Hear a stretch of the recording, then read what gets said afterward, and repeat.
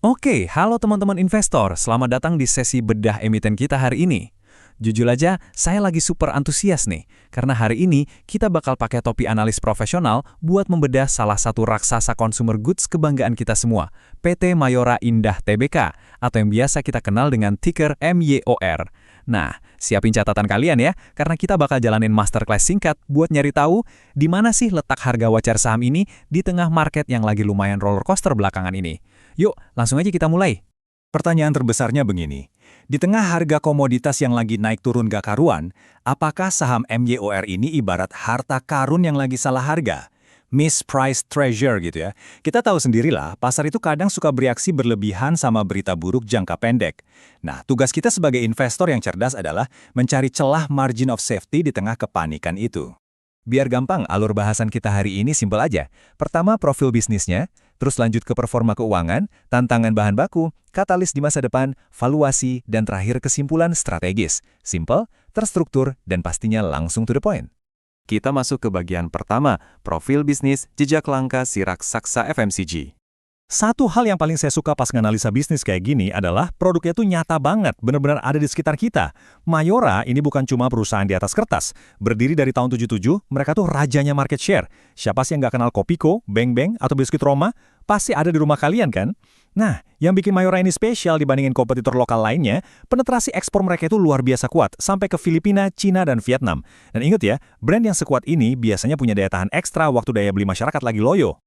Oke, sekarang kita masuk ke bagian kedua, membedah angka-angka terbarunya. Coba kita telusuri laporannya. Di sepanjang tahun buku 2025, pendapatan Mayora nyetak rekor tertinggi sepanjang masa. Angkanya tembus 38,68 triliun rupiah, naik lebih dari 7% secara tahunan. Keren kan? Tapi tunggu dulu, laba bersihnya malah turun 4,5% jadi 2,87 triliun rupiah. Logikanya, kalau jualan laku keras sampai mecahin rekor, kenapa untung yang dibawa pulang malah nyusut? Ada apa nih di dapurnya Mayora? Tenang, jawabannya ada di efisiensi dan beban operasional. Tapi sebelum ke sana, coba kita intip dulu kinerja kuartal paling barunya. Nah, data kuartal pertama tahun 2026 ini benar-benar nunjukin betapa tangguhnya manajemen mereka. Ada plot twist yang sangat positif nih. Memang pendapatannya sempat turun tipis sekitar 4,7%. Ini wajar sih karena ada pergeseran kalender Idul Fitri. Tapi laba bersihnya justru meroket fantastis. Naik 37% lebih jadi 946 miliar rupiah. Kok bisa? Kuncinya ada di gross margin atau margin kotor yang berhasil naik cukup signifikan. Dari 21,9% merangkak ke 26,5%. Ini bukti nyata kalau manajemen udah mulai sukses mengakali tekanan biaya dan menyesuaikan harga jual. Masuk ke bagian ketiga. Tantangan bahan baku dan tekanan di bagian margin. Kita harus tetap objektif ngelihat risiko makroekonomi yang selama ini ngehantuin bisnis mereka. Berdasarkan catatan riset dari Miraya Asset, alasan kenapa laba mereka sempat tertekan di tahun 2025 itu, ya karena harga komoditas utama mereka lagi terbang gila-gilaan, khususnya kopi Robusta dan biji kakao. Mayora ini kan bergantung banget ya sama dua bahan baku itu buat bikin produk-produk andalan mereka, jadi begitu harga bahan baku meroket di pasar global, biaya produksi otomatis bengkak, dan akhirnya margin laba jadi korban. Bahkan analisnya sendiri mengingatkan, ini kutipan langsung ya, mungkin tahun ini akan menjadi periode yang cukup menantang bagi MYOR, dengan potensi pertumbuhan laba yang masih terbatas. Ini adalah peringatan yang sangat transparan buat kita. Daya beli domestik kan belum 100% pulih, terus ditambah nilai tukar rupiah yang lagi lemah bikin beban impor makin berat. Perusahaan juga nggak bisa asal naikin harga jual seenaknya, takutnya malah ditinggal pelanggan. Realita bisnis kayak gini yang wajib banget kita masukin ke perhitungan resiko investasi kita. Tapi ingat, kita ini kan berinvestasi buat masa depan. Jadi, mari kita melangkah ke bagian keempat. Katalis masa depan, mesin pendorong pertumbuhan untuk 2026 sampai 2028. Ada 4 mesin utama di sini. Pertama, ada sinergi sama program pemerintah buat rantai pasok makanan bergizi gratis, ini otomatis bakal ningkatin utilisasi pabrik mereka.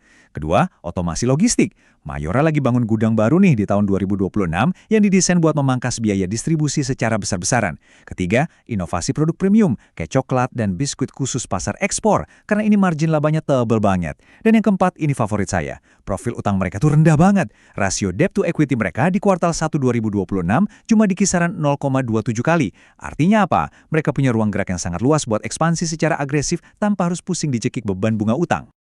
Nah, ini dia klimaks dari masterclass kita hari ini. Bagian kelima, valuasi. Menghitung harga wajarnya. Dari semua data fundamental tadi, mahal atau murah nih posisinya sekarang? 11,7 kali. Ini adalah angka proyeksi forward PE ratio mereka buat 1 tahun ke depan. Buat teman-teman yang menganut aliran value investing, ngelihat multiple serendah ini tuh ibarat ngelihat lampu hijau. Ini adalah sinyal kalau ada potensi diskon yang lumayan besar di pasar. Kalau kita tarik data historis 5 tahun ke belakang, rasio PE 11,7 kali itu posisinya jauh banget di bawah rata-rata wajarnya MYUR. Biasanya, mereka tuh dihargai pasar di rentang 15-18 kali loh. Valuasi sekarang ini benar-benar lagi menyentuh area -2 standar deviasi. Dalam bahasa kita nih, kalau ada perusahaan bagus, fundamentalnya tangguh, tapi lagi dijual jauh di bawah harga rata-rata historisnya, disitulah letak margin of safety yang tebal buat investor. Dan pandangan ini juga sangat sejalan sama konsensus pasar. Target harga dari berbagai sekuritas kayak Valbury di 2.440, Indo Premier di 2.700, dan Mire Asset di 2.800, semuanya jauh di atas posisi harga transaksi MYOR saat ini. Ini mengindikasikan kalau para ahli di bursa juga ngelihat ada ruang besar buat saham ini naik peringkat valuasinya seiring dengan pemulihan laba mereka yang terus berlanjut. Oke, kita sampai di bagian ke-6. Kesimpulan strategis, atau kalau boleh dibilang keputusan akhir dari saya sebagai mentor kalian. Yuk kita tarik benang merahnya. Jadi intinya, profil risk to reward MYOR saat ini tuh benar-benar menarik. Mereka punya fundamental FMCG yang juara, bisa mencetak lonjakan laba bersih di kuartal terakhir, terus valuasinya lagi terdiskon. Dan jangan lupakan kedisiplinan mereka dalam bagi dividen. Estimasi dividen yield mereka buat tahun buku 2025 berkisar di angka 3,02%. Sebagai bantalan atau jangkar buat portofolio investasi jangka panjang kalian, kombinasi dari ketahanan bisnis dan dividen ini rasanya sangat pantas buat dilirik.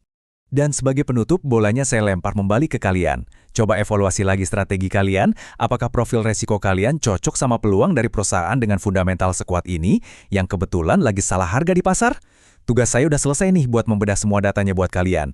Sekarang, keputusan akhir untuk berinvestasi tentu aja ada di tangan perhitungan cerdas kalian sendiri. Terima kasih banget ya udah ngikutin sesi bedah emiten kita kali ini. Tetap rasional, objektif, dan selamat menganalisa.